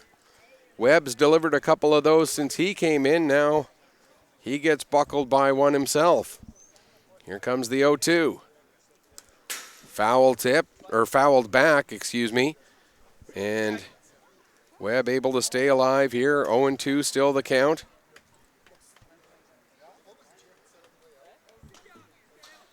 Coffin gets himself set, ready to deliver another 0-2 pitch. Grounder through the middle, and Webb with the 1-out single. That'll bring up Cole Monk. Actually, we'll get a pinch hitter here for Monk. It'll be Eli James. Now batting for the Dartmouth Arrows, number 92, Eli James.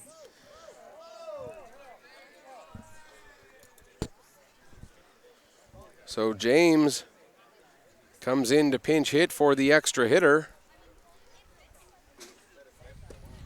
The last bench player for either team. So both teams get their full rosters into this game. And James comes up with one on and 1 out here in the 7th. Monk finishes the day 0 for 3 with an RBI after he reached on an error in the first. He does get the RBI as the run would have scored regardless of the error. First pitch to James misses high and tight, and the count 1-0.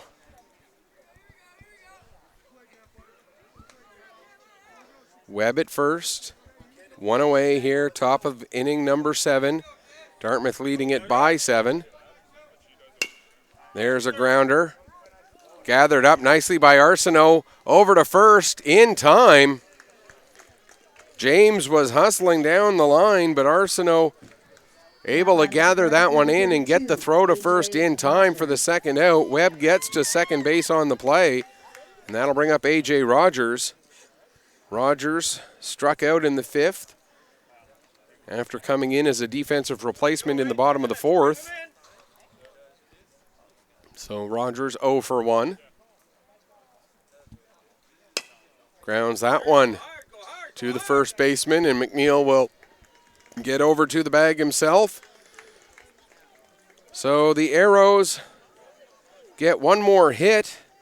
No runs on that one hit, no errors, and one runner left on base. We'll head to the bottom of the seventh.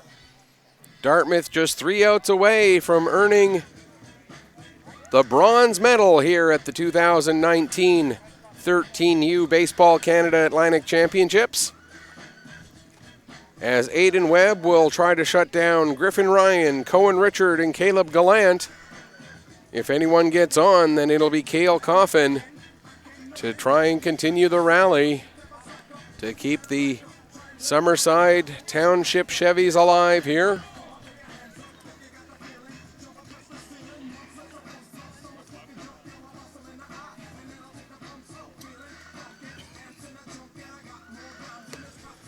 Again, a reminder, we've got one more game left after this one.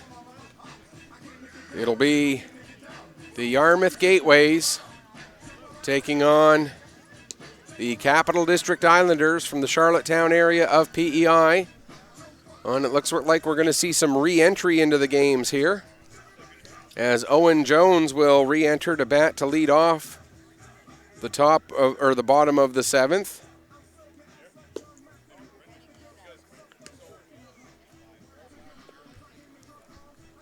I believe it looks like Tyler Wood has a bat as well, so he's going to re-enter as well. So it looks like it's going to be Jones, Wood, and Gallant. And if anyone gets on, then Coffin.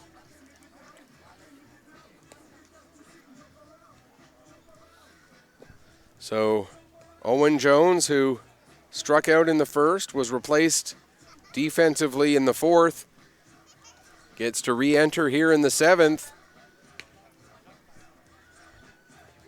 to try and start a seventh inning rally. The Chevys will need 7 runs to tie it up, 8 runs to get a walk-off win. And it's going to be up to Aiden Webb to try and shut them down.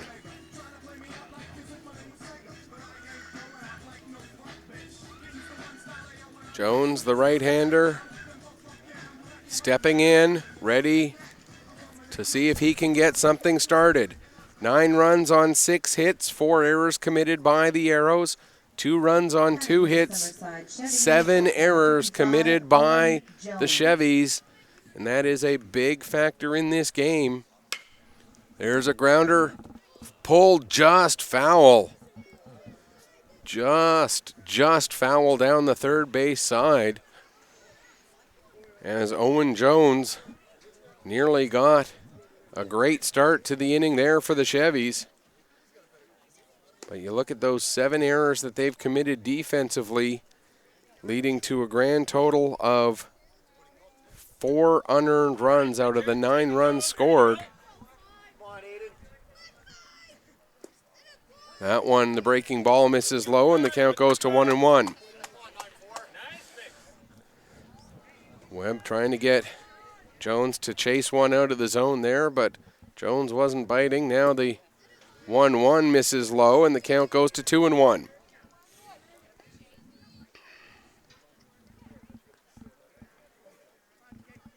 Two balls, 1 strike. Another one misses low, and the count goes to 3-1.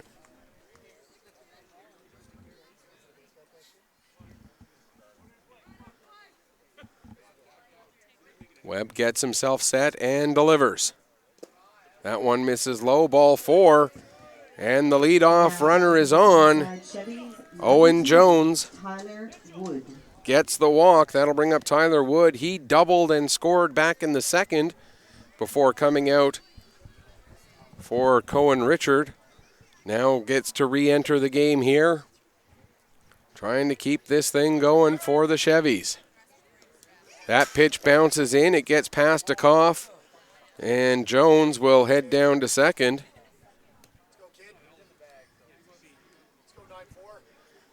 Webb throwing that one about 46 feet. Unfortunately, the distance between home plate and the mound is 48. Here's the pitch. Balk is called. Pitch is not counted. And Owen Jones gets third.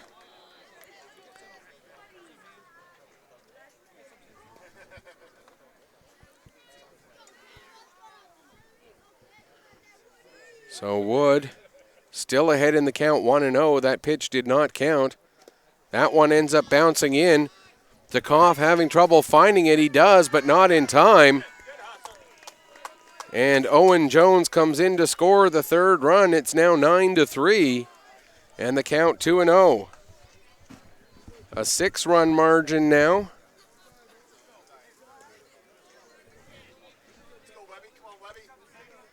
So the Chevys not rolling over and playing dead. That pitch will miss low, ball 3-0. Caleb Gallant in the on-deck circle.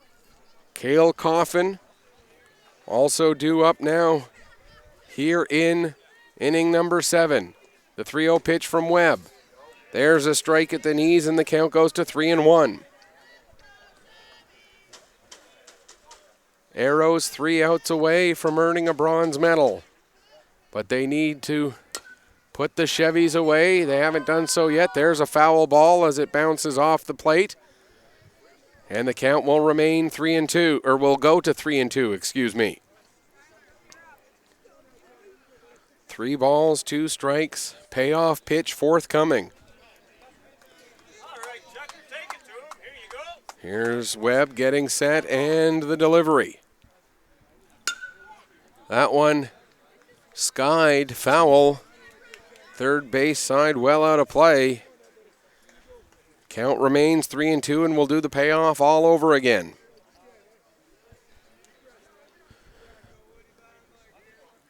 Here comes the 3-2 pitch. That one sent out to deep center field. Off the wall. Duquette slips and falls in the wet grass. Rogers over to get the ball. And a stand-up double for Wood. And that will bring up Caleb Gallant. He's 0 for 2. Grounded out in the second. Grounded out in the fourth. Comes up here with a runner on second and 1 away in the 7th. It's 9-3.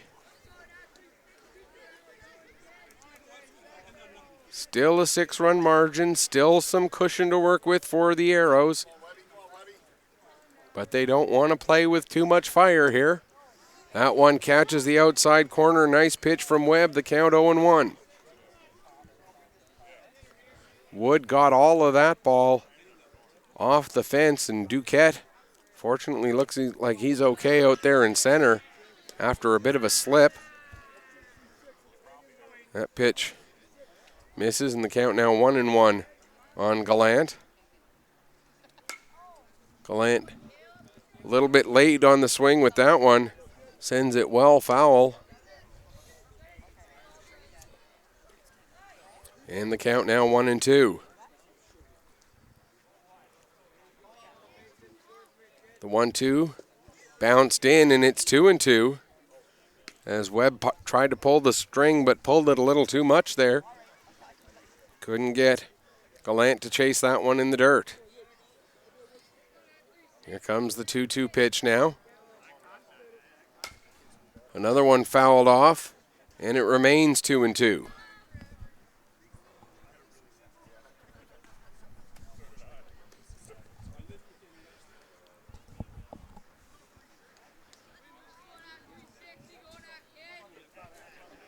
Webb gets himself set to deliver another 2-2 pitch to the Chevy shortstop. Swung, missed. The ball was in the dirt. Throw down to first, and they get the first out of the inning. Wood gets to third on the play, and that'll bring up Cale Coffin. He reached on an error and scored in the second, walked in the fifth. And Coffin has also had a brilliant day on the mound for the Chevys. has a chance to keep a rally going here. First pitch misses, low, ball 1. Zach McNeil in the on-deck circle. That pitch misses and the count 2-0. After McNeil, it'll be Tucker McDonald if they're able to keep the rally going here.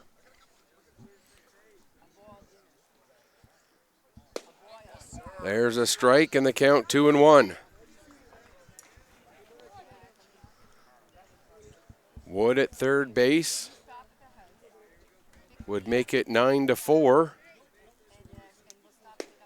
There's another strike at the knees, and it's now 2-2. Arrows 2 outs away from becoming Atlantic bronze medalists. Here comes the 2-2 pitch. Just misses, and the count runs full. Aiden Webb trying to finish things off here for the Arrows. The 3-2 pitch. Grounder to short, gathered up by Pelly. Across the diamond, in time for out number 2. The run scores. Coffin gets the RBI. And it is 9-4. But there are now 2 away. The last chance for the Chevys. Zach McNeil. McNeil walked in the 5th, was picked off with a great play by DeKoff. First pitch to McNeil misses high, ball 1.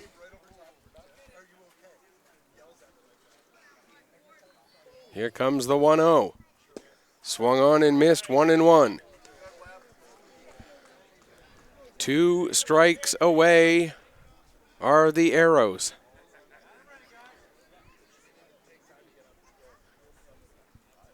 Swing and a miss.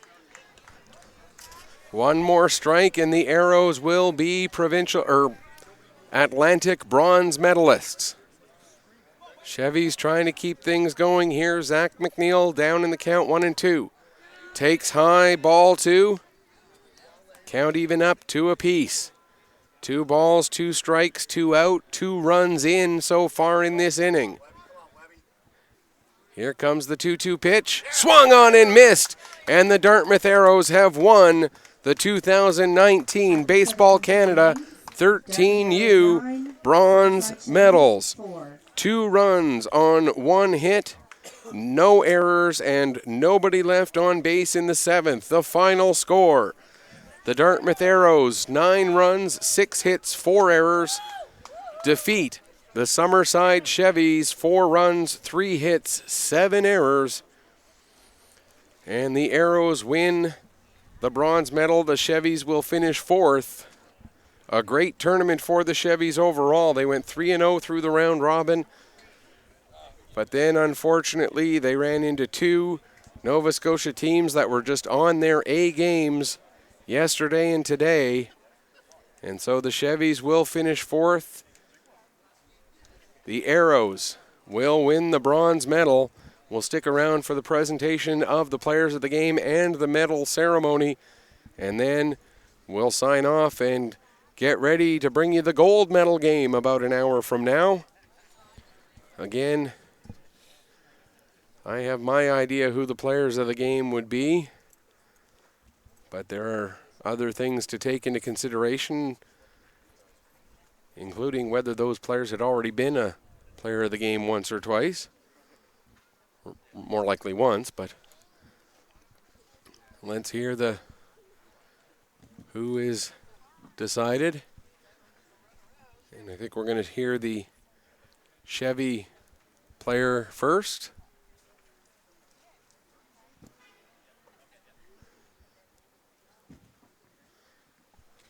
Okay, great ball game, teams. Congratulations, Dartmouth, on your bronze medal win. The player of the game today for the Summerside Chevys is number 68, Cale Coffin. And it is indeed Cale Coffin who gets it. Came in and pitched absolutely brilliant for 5 2/3 innings. Player of the game for Dartmouth Arrows today, number 52, Ryan Ferguson. Ryan Ferguson, the starting pitcher, gets it for the Arrows. Hard to argue against that either. He had 4 1/3 or 4+ innings of very solid ball as well. And now the presentation of the bronze medals. Congratulations again to the Dartmouth Arrows. Congratulations to the Chevys, a 4th place finish in an Atlantic Championship. Certainly nothing to sneeze at. Okay, from our roster today. And here we have, number 10. we'll just let the PA announcer take it through here as Brandon White, the first player, announced. Number 15, Jake Wombolt. Number 22, Mitch Doucette. Number 28, Cole Monk. Number 29, Liam Duquette. Number 32, AJ Rogers. Number 38, Braden Curry. Number 49, Carter Sanchins. Number 52, Ryan Ferguson. Number 55, Colby DeKoff. Number 59, Jacob Burgess. Number 81, Jacardan Pelly. Number 92, Eli James. And number 94, Aiden Webb. With head coach Darren Doucette, assistant coach Aaron Rogers, Shane Wombolt, and Jerry Curry. Congratulations to the Arrows and the Chevys for a great baseball season. Safe travels. So that will do it for the bronze medal game. We'll